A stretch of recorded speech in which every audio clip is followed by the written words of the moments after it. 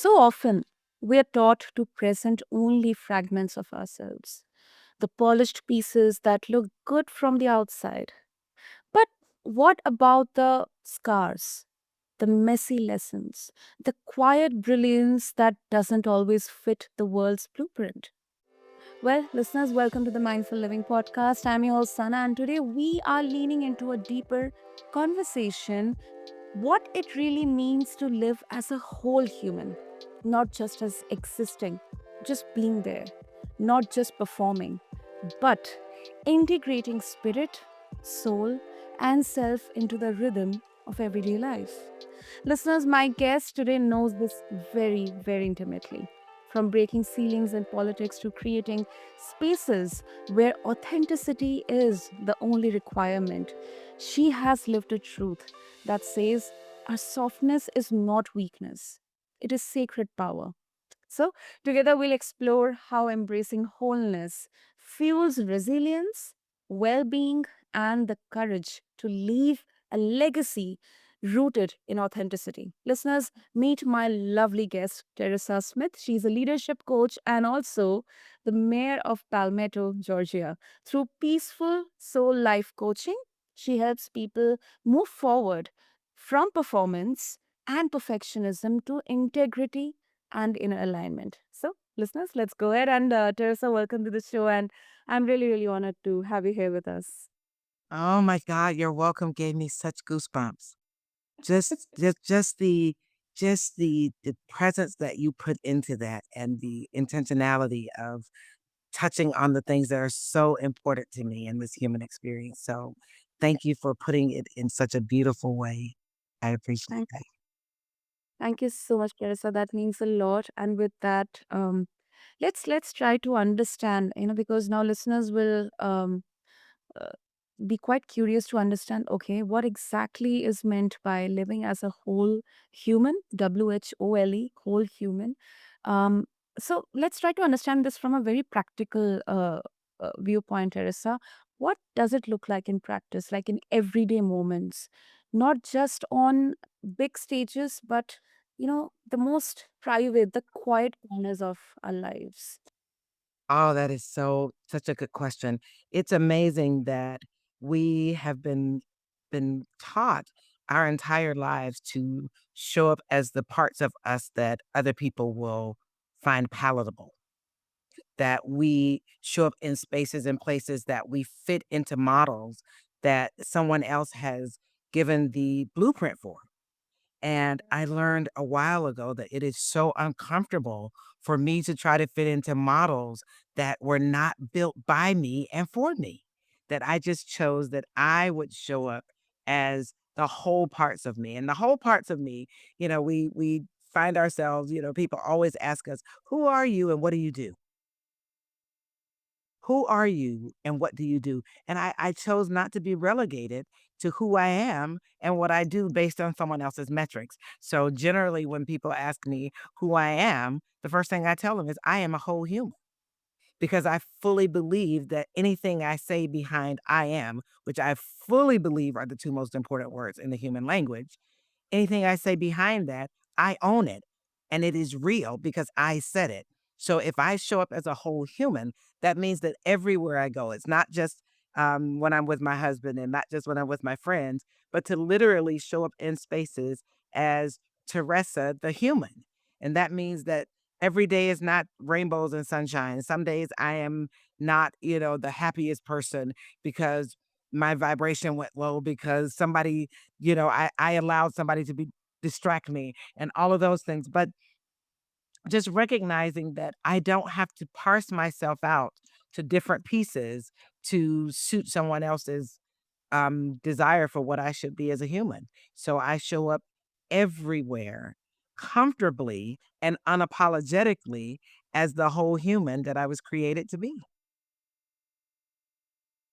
Absolutely. I think that's such a um, beautiful way of, actually giving a proof that this is how being whole human looks like in everyday life.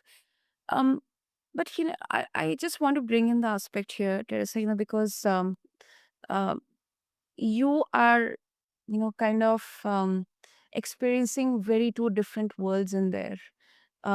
When it comes to politics, I mean, you became the first woman to serve as a mayor, that too after like 170 years of Palmetto. And then at the other hand, also, you were talking about being a whole human. Now, when we talk about politics, I mean, I just don't want to bring in or lean into politics, but let's talk about leadership in general. Mhm. Of a perception that it's competition, it's cutthroat, the one who is loud, aggressive, or hard edges, and kind of they mask their smile. They're very rigid. They only you know become good leader, or maybe they are more successful in politics. What exactly sparked that curiosity to explore being a whole human within you, Teresa? Was it through your experiences, or maybe through a particular moment in there in your journey? I have been on this journey for a while. I am the one that follows the breadcrumbs, that the universe sends us, and it will send little breadcrumbs. And sometimes the breadcrumbs will lead us in a direction that we feel is scary, so we won't go. But I have chosen to go in that direction regardless to where it leads. And fortunately, because I believe it's my highest self and the parts of me, because I am the whole human, it is all the parts of me that make the sum that bring it all together. So I trust myself enough to believe that if that's the direction I'm going in, it's direction that I'm supposed to go in. But it is a different thing being in politics because there is the competition. It is still male dominated, and it is the belief that I should assimilate to the patriarchal style of leadership in order to be a good leader, and I do not subscribe to that.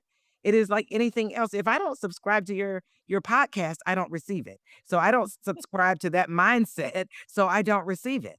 I don't I walk into the places and spaces and faces where I go, and I am the most feminine woman. I am extremely feminine, and I don't turn that off because people think that I shouldn't be feminine because I'm in politics. I am very colorful.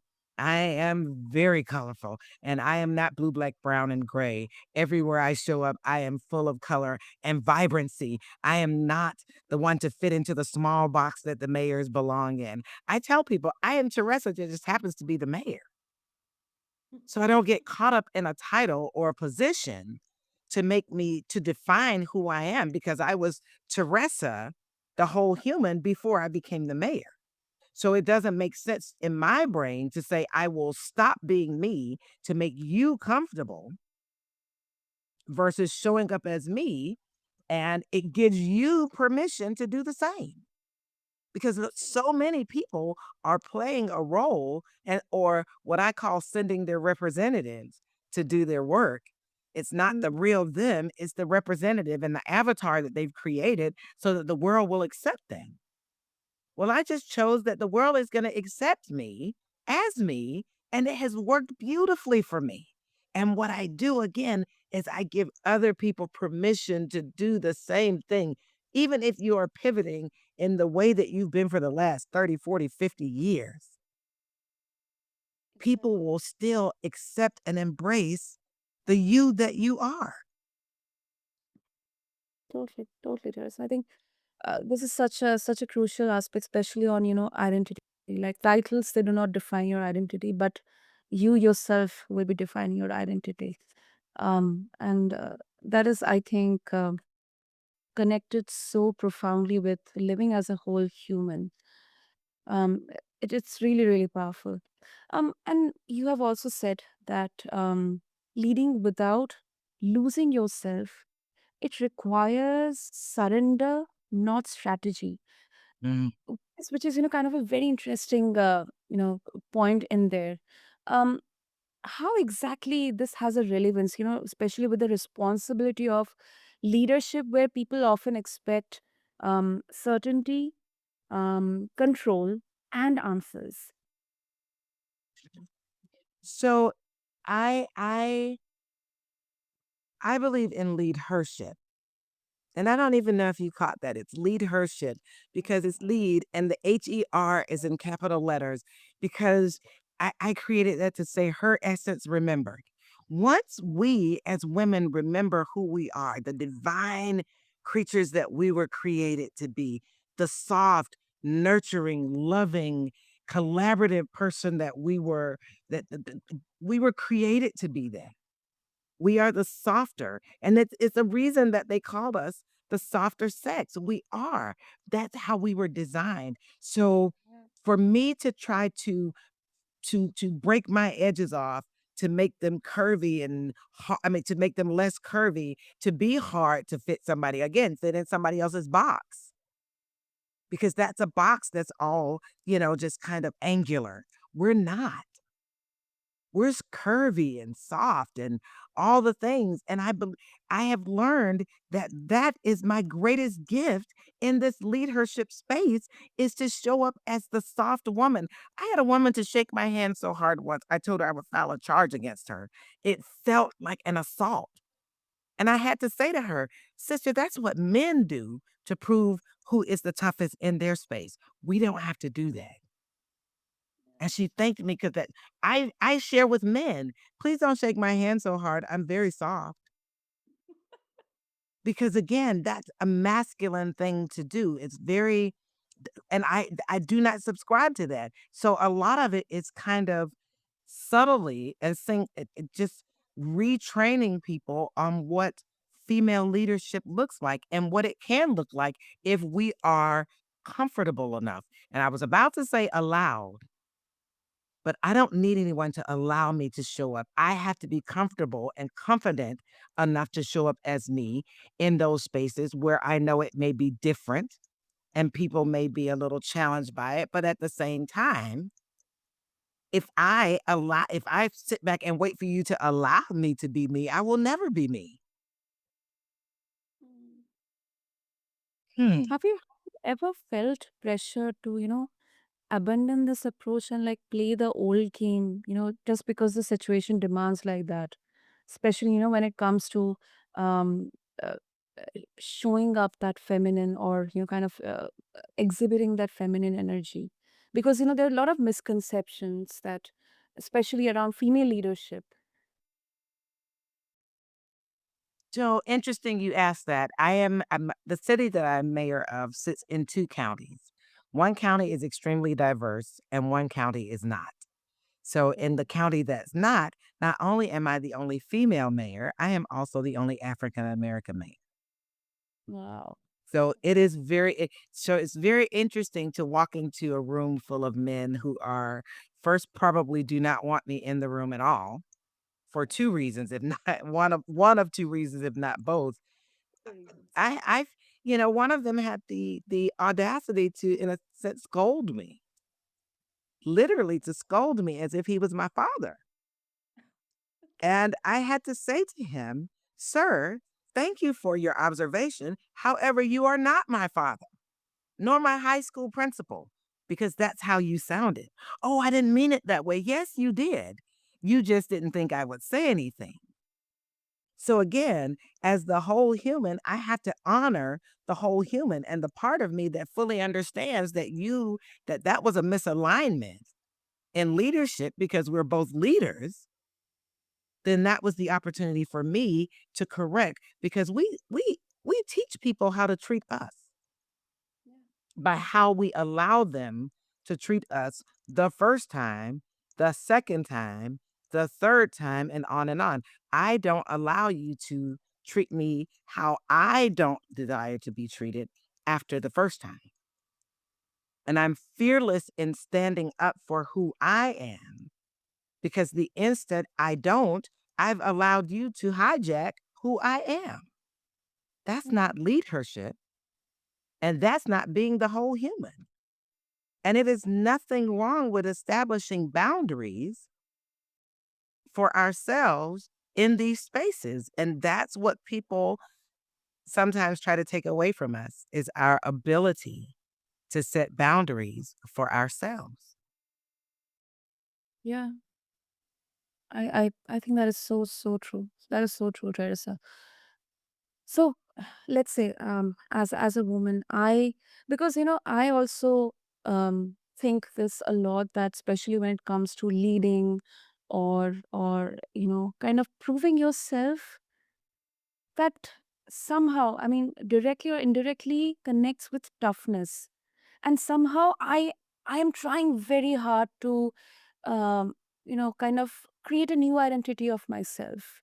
And then deep down the line, I feel like very lost. So let's say, as a woman, who is listening to this conversation, let's not generalize around, a specific gender, but specifically as a woman, if I want to make sure that I, first of all, do not think that my vulnerability or my softness isn't is a weakness. What is the first step that I can do? I can The, take. the first step is to believe that it's not a weakness. Because if you don't believe it, it's that inner thing. There's a saying that you can't be what you can't see, right? So if you don't fully believe that your softness is a strength in and of itself, then that's going to create a duality that's going to cause the shift where you're not going to be able to decide which one you are. So the first thing to do is to decide it. And it sounds so easy because it is. We make it harder because there's the narratives that we've created that say, oh, well, this happened, and she had this experience, and when she tried to do this, and all of the different narratives. But I am a firm believer that there is a brand that I do believe that in their years of business have made so much money that I think it's uncountable because they've coined 3 words: "Just do it. Just do it." I won't say the name of the company because I won't get, but those 3 words, there's got to be something to it if that's it. So sometimes we talk ourselves out of things because, again, we've created the narrative that we think. And if we believe it, it is what's likely and going to happen. So a lot of it is just changing our own narrative, telling ourselves, I can, I will, versus figuring out all the ways it can't happen. Because that's generally, we can talk ourselves completely out of something versus talking ourselves into something. It works the same way. Yep. So a lot of it is, again, just changing the narrative within yourself. I can do this. I can, and then having a willingness to do it because it's going to be uncomfortable when you first do it. When you first, it's going to be because you don't know how people are going to receive you. You don't know. But I am so unapologetically me that I, I read something once that said, what you think of me is none of my business. Mind blowing. That blew my mind. And that way I feel like almost that was the beginning of my shift because I was so in my head because how I what was instilled in me as a child and making sure that I hit all the benchmarks that my parents had set and all of those things. And some of those really weren't who I was.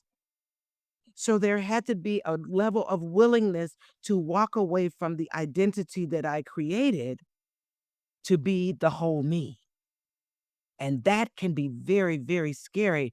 But that's the part when it's scary, that's the part you know that you're doing right. The ego is the part that says, oh, this is comfortable. Don't do this. Oh, don't go over there. It's too scary. The ego pretends to try and protect you, but it will keep you stagnated. So if it's uncomfortable, I promise you, it is the thing that you are designed to be doing in that moment. So we have to get comfortable being uncomfortable until we get comfortable again, and then we have to shift again.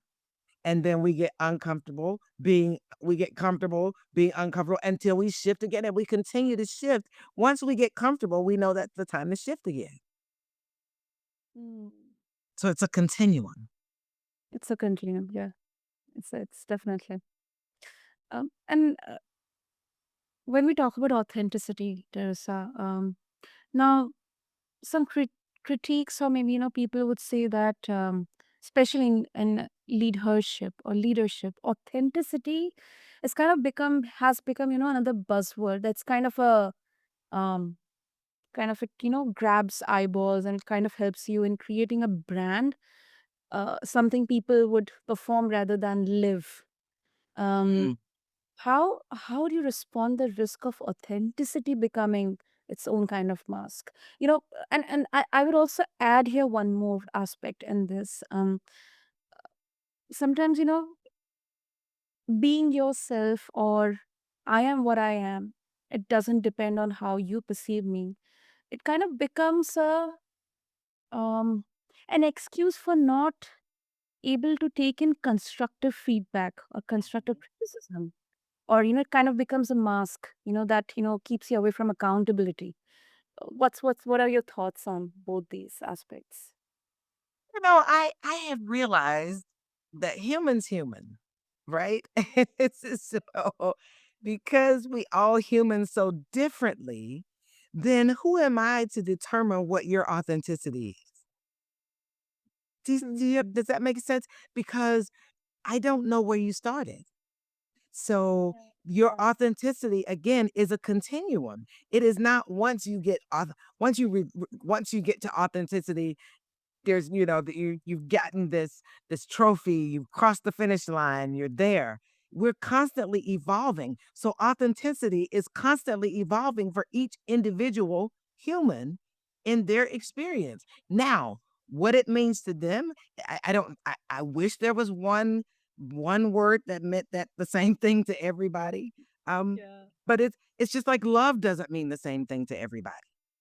Do you know Yeah. what I mean? So Yeah. understanding that every human is different and every human's d- idea of what or definition of the word, or since we're in this constant evolutionary phase of being a human, your Mhm. authenticity today may not be your authenticity tomorrow. Now, what happens is if I hold you hostage to your authenticity of today and don't allow you to evolve to the next version of you, then I've done you a disservice. That's on me at that point. And if you allow me, going back to allowing, if you allow me to hold you hostage to who you are right now, Mhm. then neither one of us is doing the experience the best, because I'm supposed to allow you to just human how you human.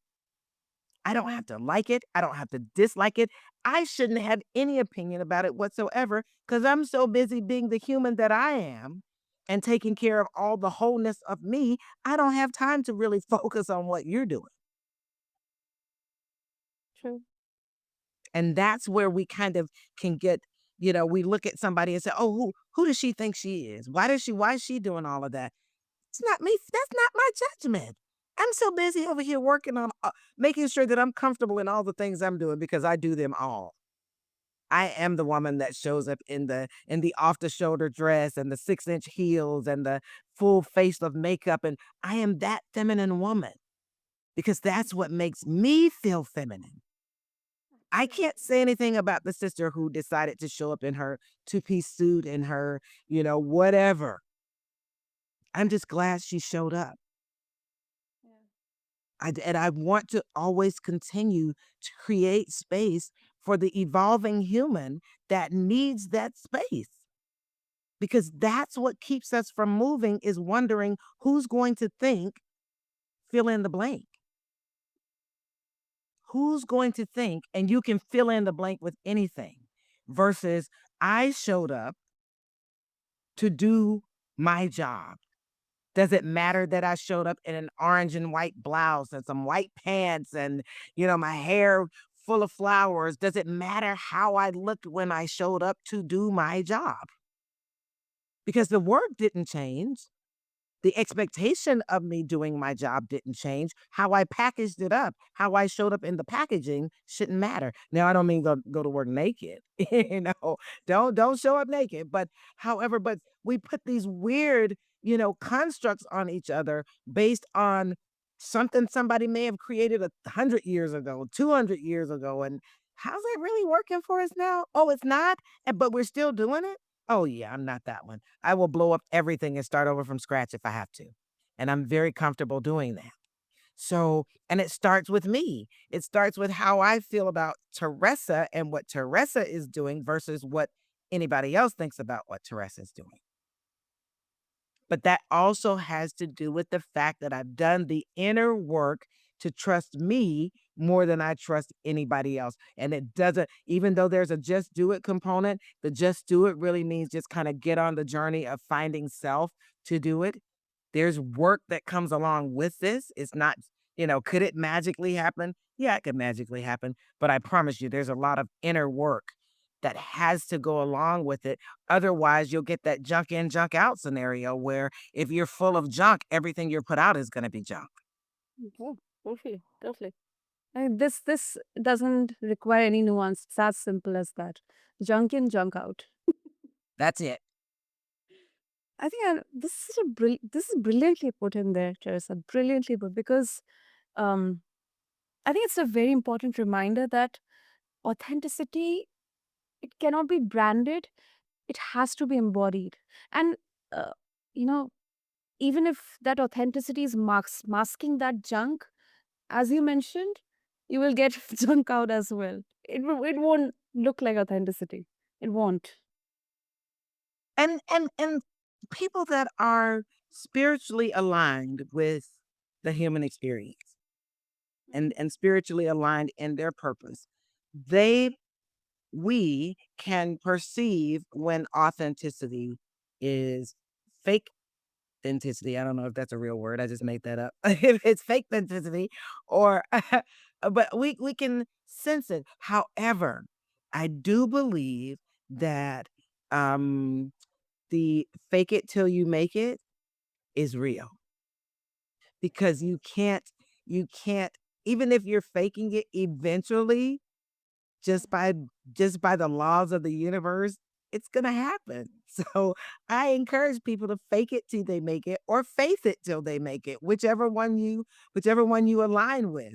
It will the by virtue of you continuing to fake it, you're still doing the thing that you want to do. So, continue to do it until it becomes real. That's a real thing that people can do. So it's I kinda the fake it till you make it and the faith it till you make it, but it definitely is an opportunity to shift your atmosphere by just changing how you do things. And I think oftentimes we feel like we're not successful because we set very lofty goals, which is I'm not a very goal-oriented, goal-driven person, but I understand the need to set long-term aspirations. I'm more of an aspiration than a goals person. Goals to me feel like struggle and strive energy, and aspirations are more like an allow energy and a flow energy. So I do have a lot of aspirations, and I do believe that we should set things that are far out, but as we set things that are far out, understand that it can take 1,000 small steps to get to that space, and honoring the 1,000 small steps versus looking for the giant leaps that will get us there overnight. We are a society that wants microwave solutions to crock pot problems, things that were developed over time. We want an instant solution to those to be remedied. And oftentimes we don't honor the journey to get to the place that we want to be. So we miss all of the amazing lessons and stories and all of just the juicy parts that are so good just trying to get to the finish line when there's so much magic in getting to the finish line. So just creating the aspiration that may be far reaching, but enjoying the journey to get there. Absolutely. Beautiful, beautiful, Teresa. And of course, if listeners they would like to connect with you and also get a hold of all the wisdom, wonderful wisdom that you're providing, what will be the best way?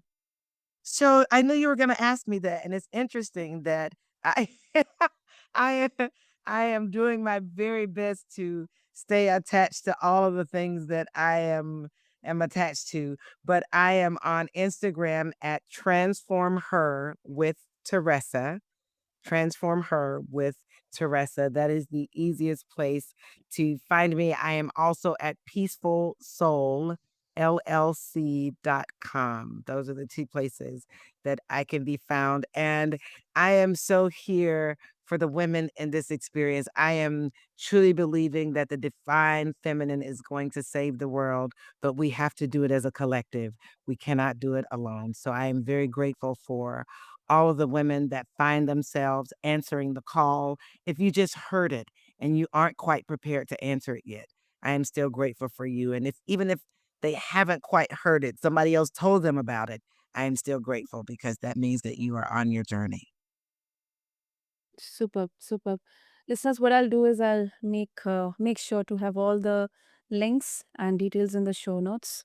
And Teresa, this has been such an inspiring conversation because um, I believe that living as a whole human, it's not just that perfection, that fluffy perfection that kind of has been portrayed to us for so long. I think it's about permission, as you very brilliantly mentioned, that the first step itself is to realize that vulnerability is not a weakness, softness is not a weakness, and we have to give permission to bring our scars, our softness, our brilliance, and of course, our still becoming selves into the light. So, thank you so much for giving that inspiration and sharing your insights, your journey as well with us. Thank you so much for having me. Peace and blessings to you. Much success to you. Thank you. Thank you.